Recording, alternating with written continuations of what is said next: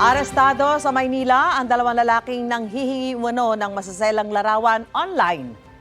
Ang target ng mga suspect, mga menor de edad na estudyante na kinakaibigan muna nila. Ang isa sa mga inarestong suspect, katrabaho pa ng kaanak ng biktima.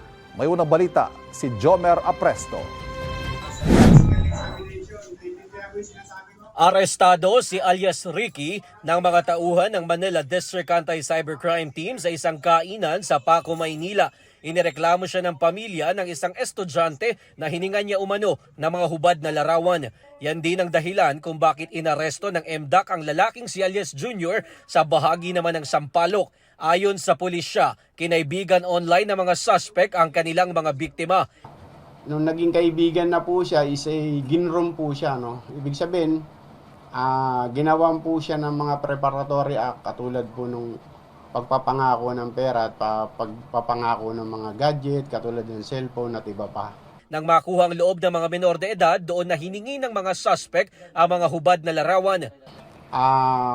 Masaklap rito, after po nang makuha nga po yung mga litrato, ginagamit na rin po ito no, sa pamimilit na makakuha pa ng mga video na hubad dito sa mga minor de edad natin.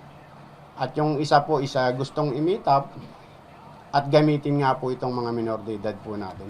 Si alias Ricky, katrabaho pa ng kamamatay lang na bayaw ng biktima. Tumulong pa raw siya sa mga gastusin sa burol at niligawan ng nabiyudang ate ng 15 anyos na bata. Pero binasted agad ang suspect kaya tinarget ang estudyanteng biktima. Maswerte na lang at agad ding nabisto ng mga kaanak ng biktima ang nangyari kaya't nakapagkasa ng entrapment operation ng mga otoridad. Sa ngayon, nasa custodial center na ng Manila Police District ang suspect na si alias Junior. Pansamantala namang pinalaya si alias Ricky habang siya ay iniimbestigahan. Tiwala naman ng pulisya na matibay ang kanilang mga ebidensya laban sa mga suspect. Walang pahayag ang dalawang suspect na maharap sa reklamong anti-online sexual abuse and exploitation of children at grave coercion.